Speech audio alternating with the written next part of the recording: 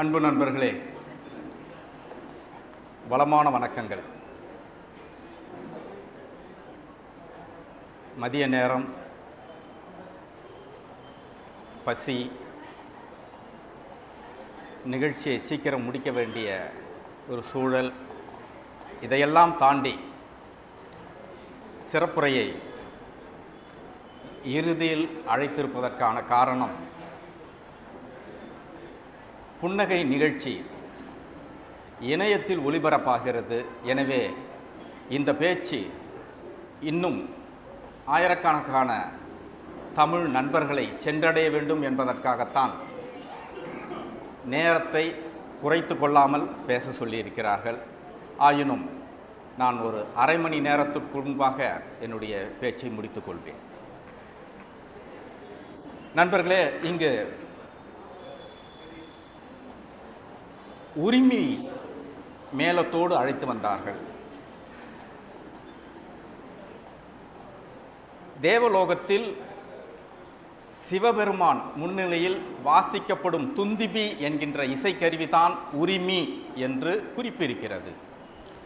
அந்த உரிமை இசையோடு அழைத்து வந்தது எங்களுக்கு ஒரு புதிய அனுபவமாக இருந்தது. இந்த நிகழ்வு பொள்ளாச்சியிலே நடக்கக்கூடிய இந்த கவிதை திருவிழா 119வது திருவிழா. இதழ் என்று பார்த்தால் புன்னகை 83வது இதழை வெளியிடுகிறார்கள். ஒரு நிகழ்ச்சி வெற்றி பெற வேண்டுமென்றால் அதில் பலமான நம்பிக்கையான நண்பர்கள் இருந்தால் மட்டும்தான் ஒரு நிகழ்ச்சி வெற்றி பெற முடியும். அந்த வகையில் என் அன்பு நண்பன் அம்சப்பிரியாவோடு நட்போடு செயல்படக்கூடிய புன்னகை ஜெயக்குமார், புன்னகை ரமேஷ், பூபாலன், சோலை மாயவன் உள்ளிட்ட அனைத்து நண்பர்களுக்கும் என் வளமான வணக்கங்கள். இந்த நிகழ்வுக்காகவே தூரத்தில் இருந்து வந்திருக்கும், கூடலூரிலிருந்து வந்திருக்கும் கூடல் தாரி, சேலத்திலிருந்து வந்திருக்கும் சூரிய நிலா, திண்டுக்கல்லிலிருந்து வந்திருக்கும் தமிழ் பித்தன் தமிழ்தாசன், அரியலூரிலிருந்து வந்திருக்கும் அகவி, சந்தியூரிலிருந்து வந்திருக்கும் கோவிந்தன், தமிழ்ச்செல்வன் மற்றும் சென்னையிலிருந்து உதயக்கண்ணன் என இந்த நிகழ்வை பார்க்கிற போது ஒரு மாநாடு அந்தஸ்துக்கான தன்மையை அடைந்திருக்கிறது. ஒரு நிகழ்வு ஒரு இடத்துல நிகழ்ச்சி நடந்தால் அந்த இடத்துல இருக்கிறவங்க தான் கலந்துப்பான். கோவையில் நடந்தால் கோவையில், இப்படி வெவ்வேறு மாவட்டங்களிலிருந்து நபர்கள் வந்து இதை ஒரு மாநாடு அந்தஸ்துக்கு மாற்றி இருக்கிறார்கள். நண்பர்களே, இந்த கவிதை திருவிழாவுக்கு கலந்து கொள்ள வந்திருக்கும் அனைத்து கவிஞர்களுக்கும் பலமான வணக்கங்கள். நீங்கள் சொல்லலாம், எதிர்க்க இருக்கிற எல்லாரும் கவிஞர்கள் சார், சிலர் டீச்சராக இருப்பாங்க, சிலர் ரசிகராக இருப்பாங்க, வாசகராக இருப்பாங்க, அதில் அனைத்து கவிஞர்களும் என்று எப்படி சொல்ல முடியும் என்றால், கண்டிப்பாக நீங்கள் கவிதை எழுதி கவிஞராக ஆகணுன்ற கட்டாயத்தில் தான் சொல்கிறேன். நீங்கள் கவிஞர்கள் தான், அனைத்து கவிஞர்களுக்கும் என்ற அந்த சொல்லாட்சி என்பது நீங்கள் கவிஞராக தான் ஆகணும். ஏன் கவிதை என்ன அவ்வளோ முக்கியமா? ஏற்கனவே அந்த கேள்வி பூவிதழ் உமேஷ் தம்பி எழுப்பிட்டு போனான். கவிதை அவ்வளோ முக்கியமா? 2000 நான் கவிதை எழுதி பரிசு வாங்கிறதுக்காக திருப்பூருக்கு வந்திருந்தேன். நான், பாடலாசிரியர் தாமரை உள்ளிட்டவர்கள்லாம் 2000.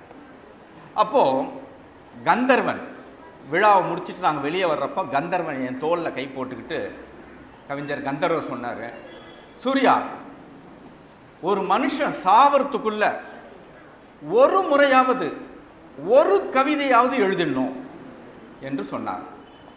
எனக்கு ரொம்ப அந்த கருத்து ஆச்சரியமாகிறது. சாவறதுக்குள்ள ஒரு மனுஷன் ஒரு கவிதையாவது எழுதிட்டு செத்துடணும். அது காதல் கவிதையாக இருந்தால் கூட பரவாயில்ல. எனக்கு என்னடா கவிதைன்றது அப்படியா, சாவறதுக்குள்ள ஒரு கவிதையாவது எழுதிடணுமா? நான் கேட்டேன், ஏன் சார் ஒரு கவிதையாவது ஒரு மனுஷன் எழுதணும் அப்படின்னு சொல்கிறீங்க அப்படின்னு. அவர் சொன்னார், இல்லை சூர்யா, கவிதை எழுதும்போது மட்டும்தான் நான் கவுண்டருக்காக கவிதை எழுதுகிறேன், என் ஜாதி செட்டியாருக்காக கவிதை எழுதுகிறேன், நான் இந்துக்காக கவிதை எழுதுகிறேன்றதெல்லாம் யோசித்து உட்கார மாட்டான். கவிதை எழுதும்போது மட்டும்தான் அவன் முழுமையான மனிதனாக இருக்கிறான். எனவே ஒருவன் தன்னை முழு மனிதனாக உணரும் தருணம் என்பது கவிதை வாசிக்கிற போது, கவிதை எழுதுகிற போதுதான். எனவேதான் ஒருவர் தன் வாழ்நாளில் ஒரு காதல் கவிதையாவது எழுதிருங்க, அப்போ நீங்கள் முழுமையான மனிதனாக மாறிவிடுவீர்கள் என்பதன்.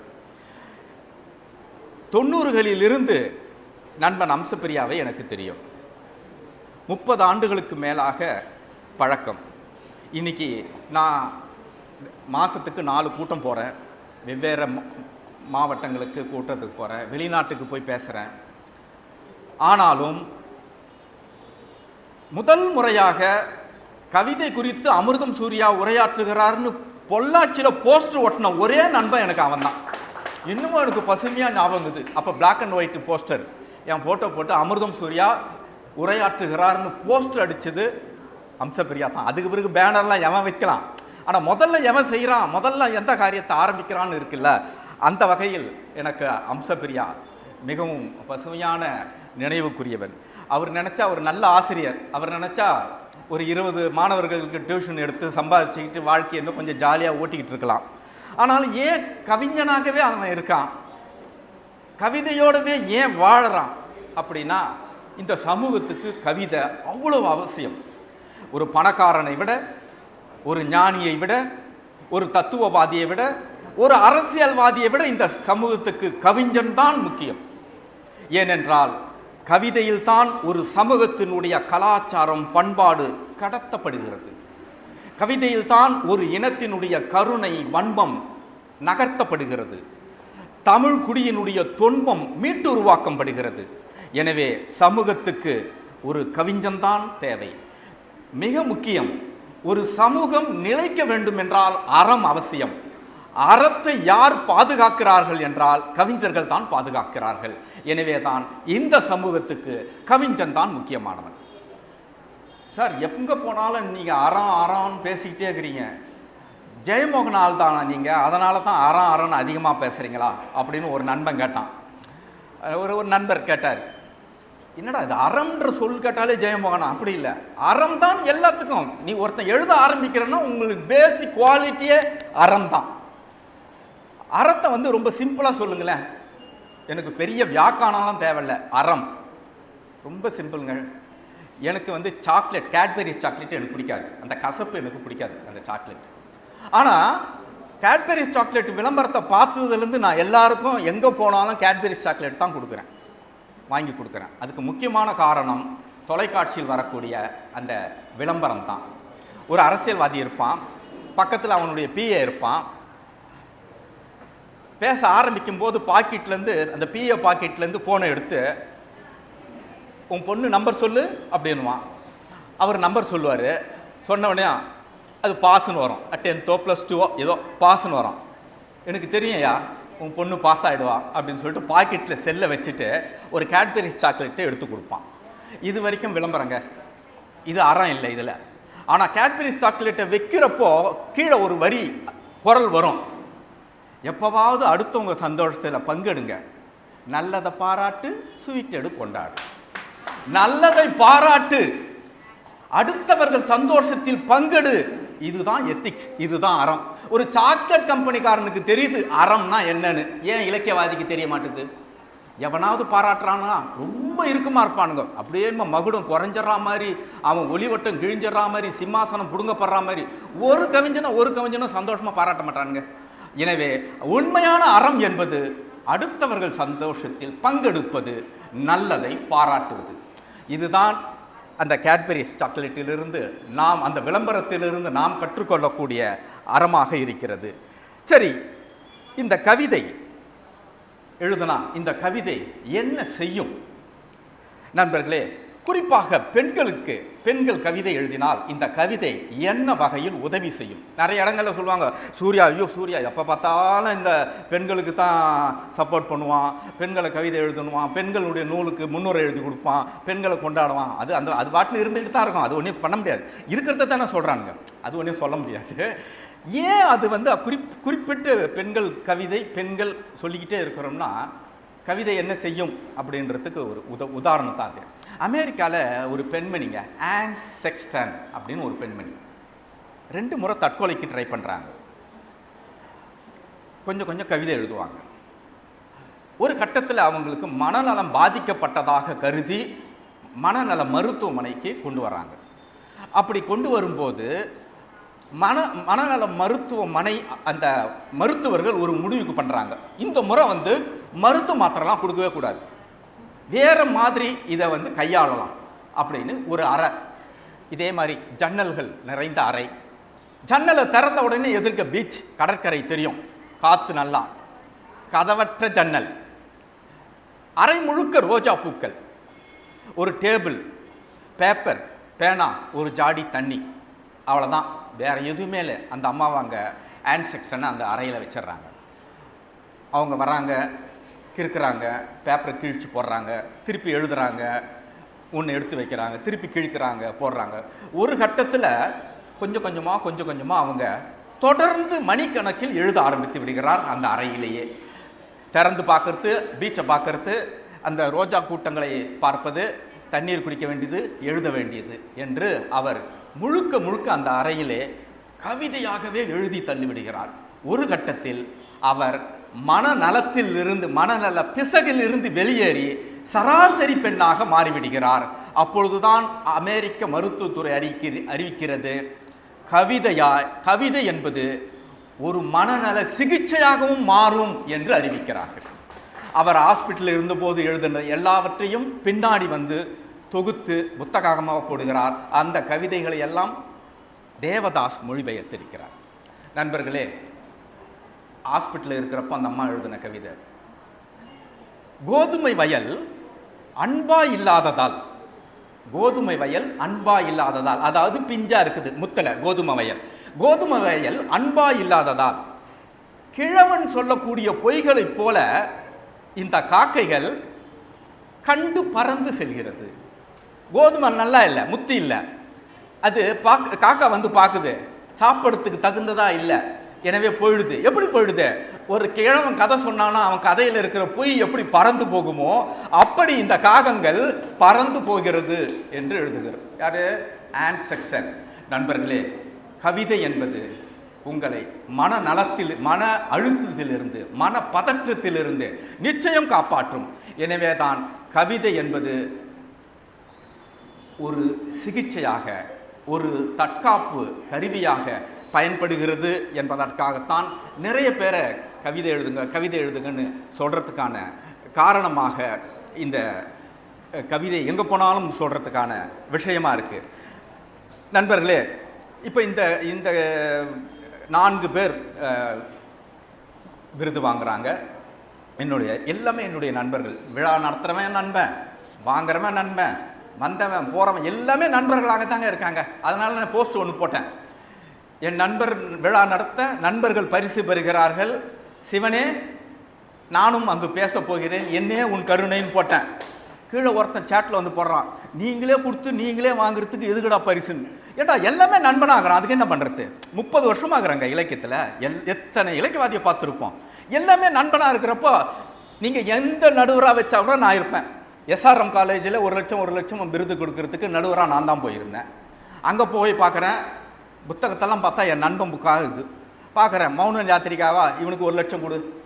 அவன் கவிதை புரியலன்றான். என்ன புரியல? வேட்டு என்ன உனக்கு புரியல? நான் சொல்கிறேன், இல்லை சார் கவிதையே புரியலையே சார்ன்றான். நான் சொல்கிறேன் அப்படின்னு வேட்டுவத்திலேருந்து ஒரு கவிதை எடுத்து நான் அங்கே வியாக்கானம் பண்ணிக்கிட்டு இருக்கேன். அப்புறம்ன்றான், அப்புறம் இல்லை இவருக்கு கொடு 1 லட்சத்துக்கு கொடு இவருக்கு அப்படின்னு. நிவேதிதா லூயிஸ், இந்த அம்மாவுக்கு கொடு, வடச்சென்னை புக்குக்கு. அமைப்பு பாலசுப்ரமணியம், அவருக்கு இந்த இந்த அமைப்புக்கு கொடு. எங்கே போனாலும் நம்ம கண்ணில் நண்பனாக படுறான் சார், நம்ம என்ன பண்ண முடியும்? அதனாலே நிறைய பேர் நம்மளுக்கு கூட மாட்டான். இப்போலாம் இவன் நண்பனுக்கே கொடுத்துருவான்ற மாதிரி ஒரு தாட் வந்துடுச்சு. நண்பர்கள் சூழ, நட்பு சூழ இருக்கிற வாழ்க்கையை போல ஒரு உன்னதமான சொர்க்கம் ஏதாவது இருக்குமா என்ன? நண்பர்களே, இப்பொழுது கூட இங்கே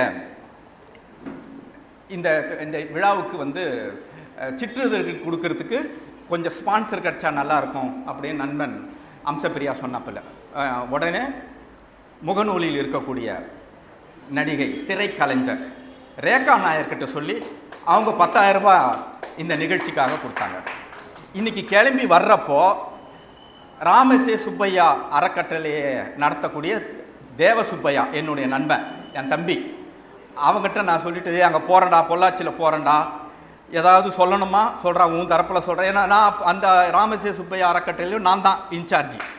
ஏதாவது சொல்லணும்னா சொல்கிறானா அண்ணா, புன்னகை அமைப்பு ஒரு கவிதை போட்டி வச்சாங்கன்னா ஒரு ஆளுக்கு 1000 ரூபாய் வீதம், 10 பேருக்கு 10,000 ரூபாய் தரானா, இதை நீங்கள் டிக்ளேர் பண்ணலான்னா.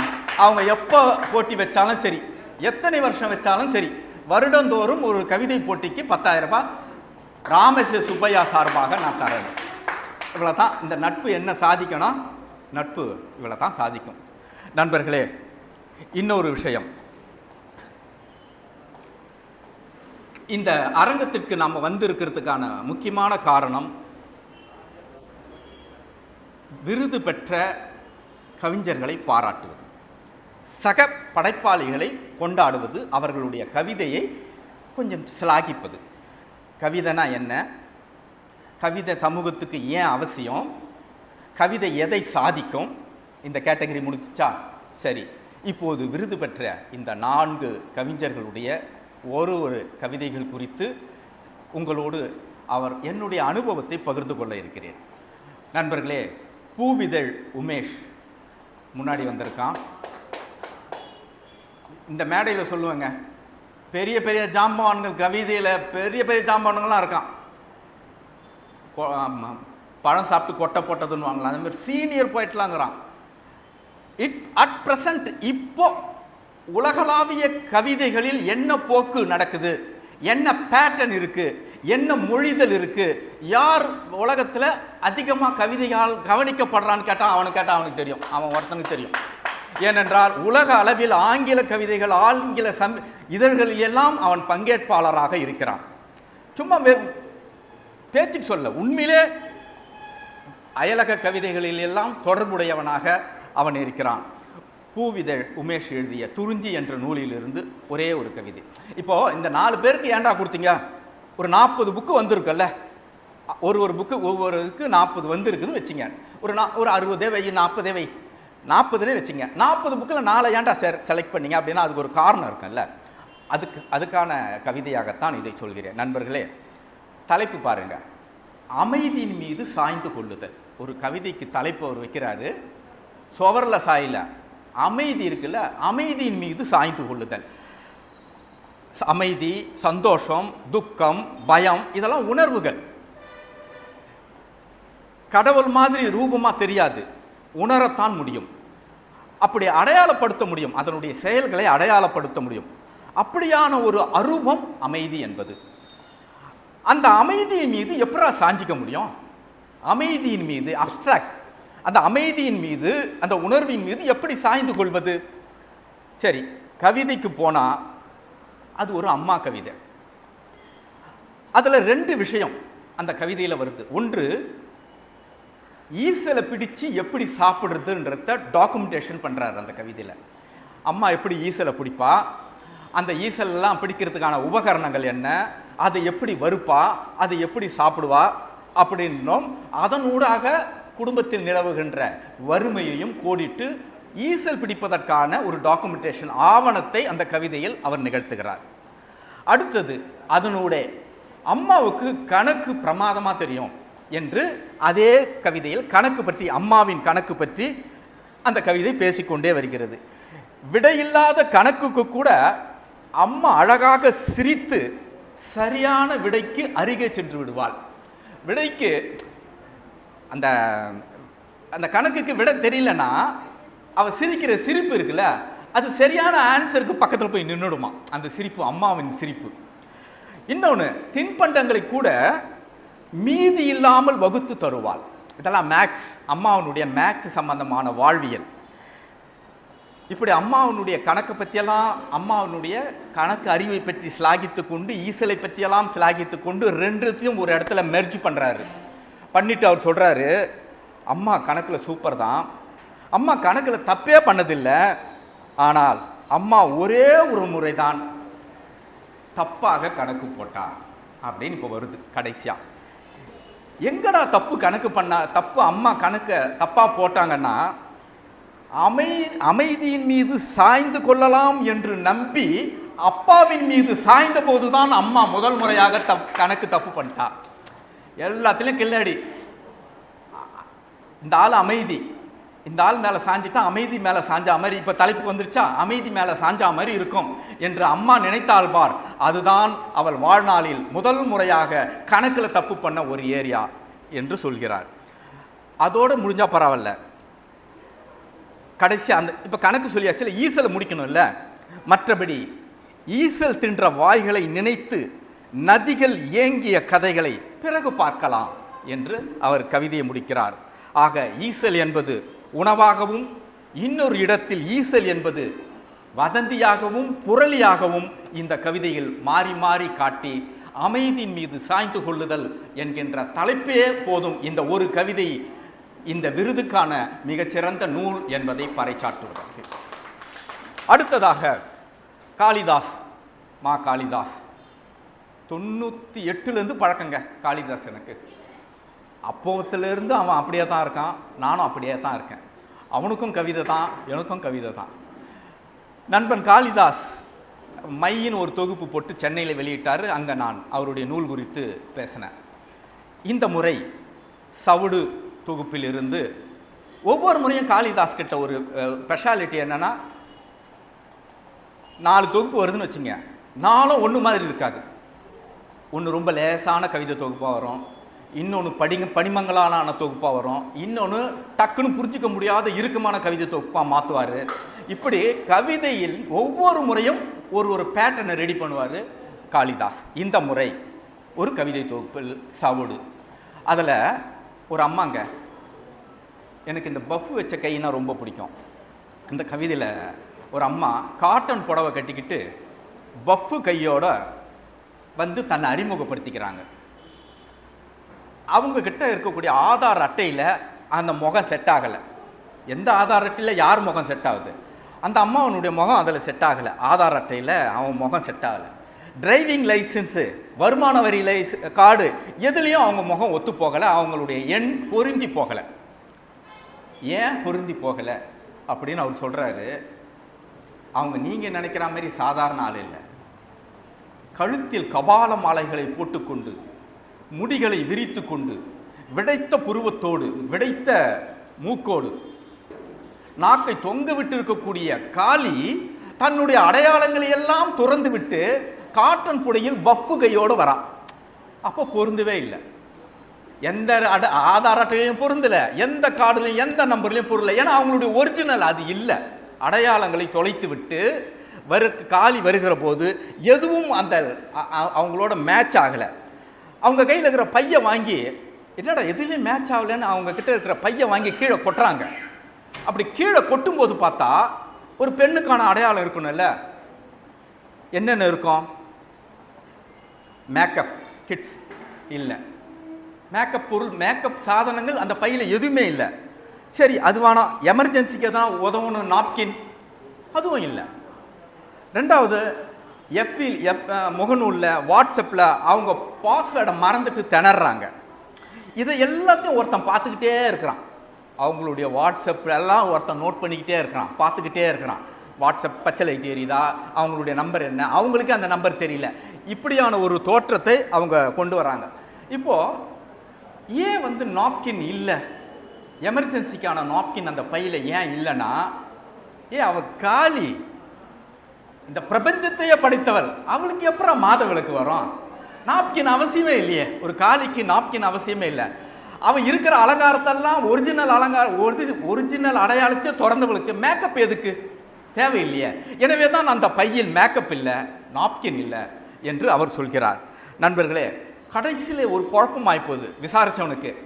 என்னடா இது, எதுவுமே செட் ஆகலை, பையிலையும் பொருத்தமாக இல்லை, யார் அப்படின்னு கேட்குறப்போ வேற வழியே இல்லாமல் அந்த அம்மா என்ன பண்ணுறாங்க, வேற வழியே இல்லாமல் சிவனுக்கு ஒரு மிஸ்டு கால் கொடுக்குறாங்க. யோ, நான் அப்படி மாட்டினுங்கிறையா என்று சிவனுக்கு ஒரு மிஸ்டு கால், தவறிய அழைப்பு. சிவனுக்கு ஒரு மிஸ்டு கால் கொடுத்துட்டு கோபமாக வறண்ட புன்னகையை மழையாக கொட்டுகிறாள்னு கவிதையை முடிக்கிறார். விஷயம் அவ்வளோதான். கடைசி வரைக்கும் தன்னை நிரூபிக்கவே முடியல. ஒரு காளி, அடையாளத்தை துறந்த காளி, நான் தாண்டா காளி அப்படின்னு கடவுள் தன்னை நிரூபிக்க முடியாமல் கடைசியில் அந்த இக்கட்டான நேரத்தில் தன்னுடைய கணவனான சிவனுக்கு மிஸ்டு கால் கொடுக்கிறாள். யோ வாயா, ஃபோன் பண்ணியா, டைம் ஆகி போச்சு, பிடிச்சி இவனுக்கிட்ட மாட்டின்னு முழிக்கிறேன். அப்போட பொண்ணுங்க ஃபோன் பண்ண மாட்டாங்க, மிஸ்டு கால் தான் கொடுக்குறாங்க பாரு. அது காளியாக இருந்தாலும் சரி, எவ்வளோ இருந்தாலும் சரி, மிஸ்டு கால் கொடுக்கிறாள் காளி. கடைசியாக தான் அவர் முடிக்கிறாரு. வறண்ட புன்னகையை, வெறுத்து போய் வறண்ட புன்னகையை மழையாக கொட்டுகிறாள் காளி என்று முடிக்கிறார். பார்த்தீங்களா, காளிதாசனுடைய கவிதையில் ஒரு பெண்ணினுடைய அடையாளம் துரத்தல், அதனால் ஏற்படக்கூடிய வலி, மீண்டும் ஆணையே சார்ந்திருக்கக்கூடிய சிக்கல், எல்லாவற்றையும் உளவியல் ரீதியாக பேசுகிறது. பூவிதழ் உமேஷ் அம்மாவினுடைய வாழ்வினுடைய இழப்பு, அம்மாவை எதிர்கொள்ளக்கூடிய சிக்கல்கள், வறுமை, கணக்கு, எல்லாவற்றையும் ஒரு பெண்ணை அவர் எழுதியிருந்தார். அடுத்ததாக இப்போ ரெண்டு பெண்களை பற்றி எழுதியிருக்கிறார்கள். அடுத்ததாக அமுதா ஆர்த்தி. அவங்க ஒரு கவிதையில் ஒரு வயசான அம்மா, அவங்க பறவைகளுடைய பாஷையை கற்றுக்கிறாங்க. கற்றுக்கிட்டு பறவைகளோட ஃப்ரெண்ட்ஷிப் ஆகிறாங்க. பறவைகளுக்கு தானியம் கொடுத்து இன்னும் நெருக்கமாகிறார். இப்பொழுது அந்த மூதாட்டிக்கு சிறகு முளைக்க தொடங்குகிறது. கடும் மழை. அந்த மழையில் இரவு முழுக்க அவள் அறையில் சிறகடிப்பின் சப்தம் என்று கவிதையை முடிக்கிறார். இப்போ ஒன்று, மழையில் பறவைகளை பார்க்க முடியவில்லை என்று இவள் வீட்டுக்குள்ளேயே சிறகடைத்துக் கொள்கிறாளா?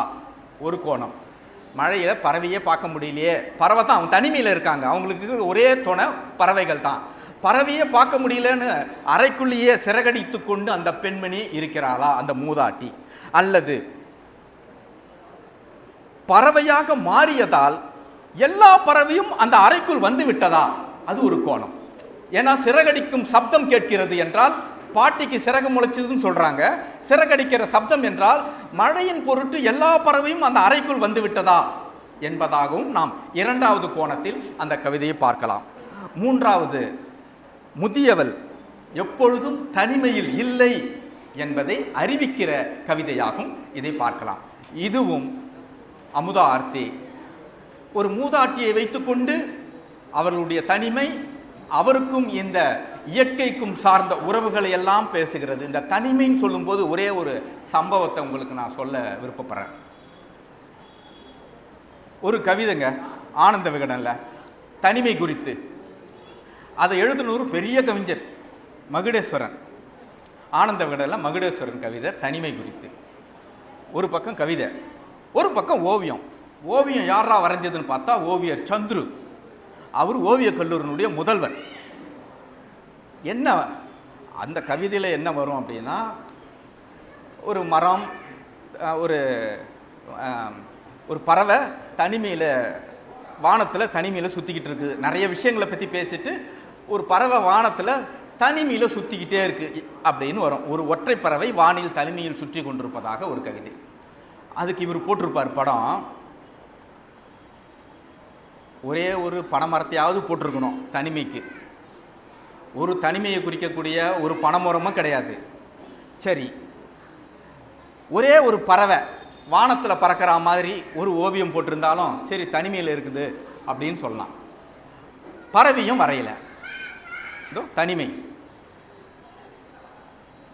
மரத்தையும் வரையல, பறவையும் வரையல. அந்த பக்கத்தில் என்ன வரைஞ்சிக்கிறாருன்னா, ஒரு இலை, ஒரு பெரிய பச்சை கலரில் இலை, பச்சை இலை. அந்த இலை மேலே ஒரு இலை பூச்சி. இதுதாங்க அந்த ஓவியம். பயங்கர குழப்பம். ஏண்டா தனிமை குறித்து கவிதை, இல்லை ஒத்த பனைமரத்தையாவது போட்டிருக்கணும், இல்லை ஒரே ஒரு பறவை வானத்தில் தனியாக பறந்துன்னுக்கிறதாவது போட்டிருக்கணும். எதுவுமே இல்லாமல் ஒரு இலை மேலே ஒரு இலை பூச்சி ஒரு பக்கத்துக்கு. கோவம் வந்து நேராக போய் அவர்கிட்ட போய், என்ன இது ஓவியம், நீங்கள் எதனா வரைஞ்சிட்டு நாங்கள் எதனா புரிஞ்சுக்கணுமா, என்ன இது ஓவியம் இது அப்படின்னா, அவர் சொன்னார், இலைப்பூச்சி பச்சை கலரில் இருக்கும், அது இலையில தான் இருக்கும். அது ஒரு இலையில் இருந்தா என்ன, கூட்டமாகிற இலையில் இருந்தா என்ன, இலைப்பூச்சிக்கான ஒரே அடிப்படை இலை தான். பறவைக்கு ஒரே அடிப்படை என்னன்னா பறக்கிறது, வானம்தான். வானம் இருக்கிற வரைக்கும் அது எப்படா தனிமையில் இருக்குன்னு சொல்ல முடியும்? வானத்தில் பறந்தாலே அது வானத்தில் தனிமையில் இல்லை, வானத்தோடு தான் அது தன்னை இணைத்து கொண்டிருக்கிறது, தனிமையில் ஒருபோதும் இல்லை. உன் தனிமையை எடுத்துன்னு வந்து ஏன்டா பறவை மேலே திணிக்கிற என்று கேட்டார். இந்த தனிமை குறித்து வருகிற விவாதம் வருகிற போது ஓவியர் சந்துரு வரைந்த இந்த ஓவியமும் அமுதா ஆர்த்தி அறைக்குள் ஒரு மூதாட்டியினுடைய தனிமையும் ஒன்று போகிறது. அடுத்ததாக கு. இலக்கியன் எழுதிய ஒரு கவிதை. சரி, ஏற்கனவே இந்த கவிதையை சிற்பி ஐயா பேசிட்டார், ஆனாலும் இது ஒளிபரப்பாவதில்லை, அதனால் இது அவசியமாக இதையும் சொல்லணும். கு. இலக்கியனுடைய ஒரு கவிதை ஒன்று. 78 வருஷங்க, 78 ஆண்டு காலம் தாத்தாவோட பாட்டி வாழ்ந்துன்னு வரா. தாத்தா எப்பயுமே சேரில் உட்காந்துக்கிட்டு தான் அதிகாரம் பண்ணுவார். தாத்தா சேரில் உட்காந்துருக்கிறப்போ பாட்டி உட்காரவே உட்காராது, நின்றுக்கிட்டே தான் இருக்கும். கிட்டத்தட்ட சாவர வரைக்கும் அது நின்றுக்கிட்டே தான் இருந்திருக்கு. தாத்தா சேரில் இருப்பார், வாசலுக்கும் வெளியும் உள்ளே போகிறது அப்படின்னு நடந்துக்கிட்டே இருக்குதுல்ல, அந்த நடைய அளந்தாலே ஆகாயத்துக்கு போய் சேர்ந்துடலாம் அப்படின்னு எழுதுகிறான். அறைக்குள் வீட்டுக்குள் அவள் நடந்து கொண்டிருந்த தூரத்தை கணக்கிட்டாலே, பாட்டி நடந்த தூரத்தை கணக்கிட்டாலே ஆகாயத்துக்கு போய்விடலாம். அப்படி இருந்த பாட்டி செத்து போகுது.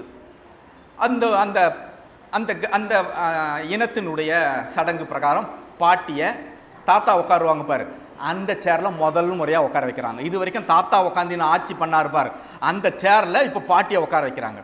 பாட்டியை உட்கார்ந்தோடனே பாட்டி விரைச்சிக்கிட்டு இந்த காலை நீட்டிக்கிட்டு பாட்டி உட்காந்துக்குது. முதல் முறையாக பாட்டி செத்த பிறகு சேரில் உட்காது. இது வரைக்கும் ஒரு சம்பவங்க. இது வரைக்கும் எழுதுனா இது கவிதை ஆகாது, இது ஒரு சம்பவம். இது எப்படா கவிதையாக மாறுதுன்னா, அந்த நாட்காலியில் காளி மாதிரி காலை தொங்க போட்டபடி உட்கார்ந்திருக்கும் பாட்டியை வேடிக்கை பார்த்தபடி நிற்கும் தாத்தாவுக்கு இப்பொழுது கால் வலிக்க தொடங்குகிறது. அதுதான் கவிதை. எங்க ஒரு கவிதையா மாறுது அப்படின்னு பார்த்தோம்னா, செத்த பிறகு தாத்தா உட்கார்ந்த சேர்ல முதல் முறையா உட்கார்றாங்கன்றது கவிதை இல்லை.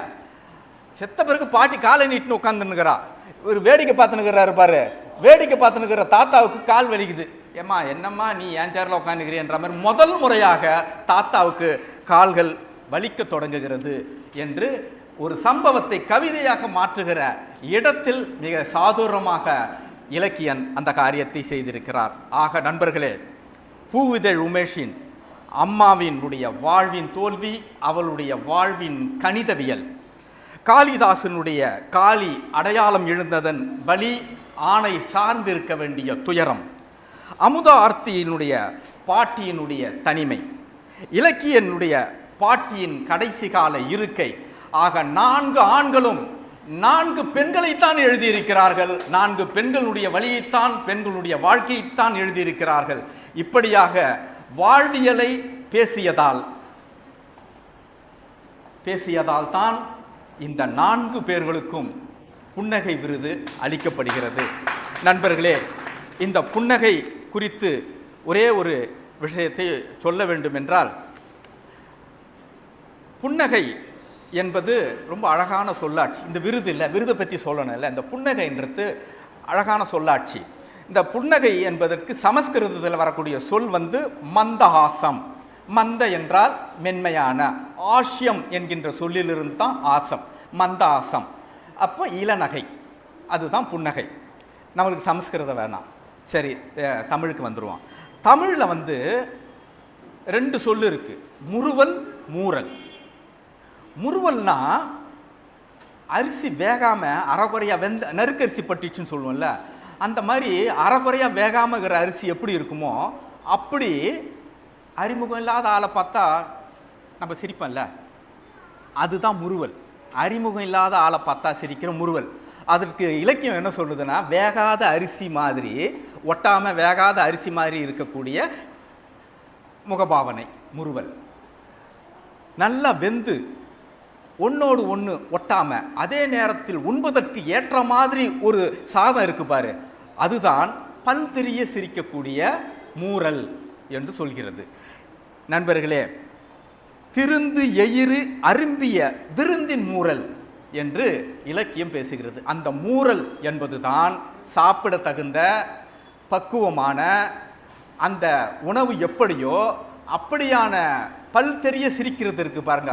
அந்த மாதிரி இந்த இதழை, இந்த இலக்கியத்தை, இந்த படைப்பை பாராட்டி இது பக்குவமானது தான், உண்பதற்கு ஏற்றது தான் என்று அறிவித்து அதை தெரிந்தவனை பார்த்தால் எப்படி பல் தெரிய சிரிப்போமோ அப்படி இதை விருது கொடுத்து பாராட்டுவதால் தான் மூரல் விருது அல்லது புன்னகை விருது என்று இதற்கு பெயராகிறது. ஏற்கனவே நான் சொன்னது போலத்தான் கவிதை தான் பிரதானம், கவிதை தான் எல்லாவற்றையும் தமிழனுக்கு கடத்திருக்கிறது. சார், மருந்தை பற்றி உங்களுக்கு தெரியணும்னா கவிதையில், அந்த காலத்தில் கவிதைனா செய்யுள் தான். மருந்தை பற்றி தெரியணும்னா அகத்தியர் குணவாகடம். சமையலை பற்றி உங்களுக்கு தெரியணும்னா அந்த காலத்தில் எழுதப்பட்டது மடை நூல். இசை தமிழை பற்றி உங்களுக்கு தெரிய வேண்டும் என்றால் பஞ்சபாரதியம். நாடக தமிழை பற்றி உங்களுக்கு தெரிய வேண்டும் என்றால் பரத சேனாபதியம். இசை மரபை பற்றி தெரிய வேண்டும் என்றால் பஞ்ச மரபு. திருடத்தை பற்றி உங்களுக்கு தெரியும்னா அதுக்கும் கவிதை எழுதிக்கிறான் சார். எப்படி திருடுவதுன்னு செய்யுள்ளே ஒருத்தன் கவிதை எழுதியிருக்கான் அந்த காலத்தில். அதற்கு கரவட நூல் என்று பெயர்.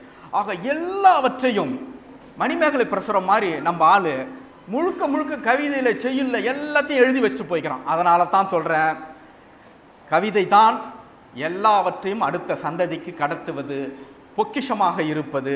எனவே தான் கவிதையை, கவிஞனை பாராட்ட, ஆவணப்படுத்த, கொண்டாட இந்த அமைப்பு புன்னகை விருது என்று அறிவித்து கொண்டாடுகிறது. இந்த விருதில் நான் பங்கேற்றதற்கு மிகுந்த மகிழ்ச்சி. நன்றி, வணக்கம்.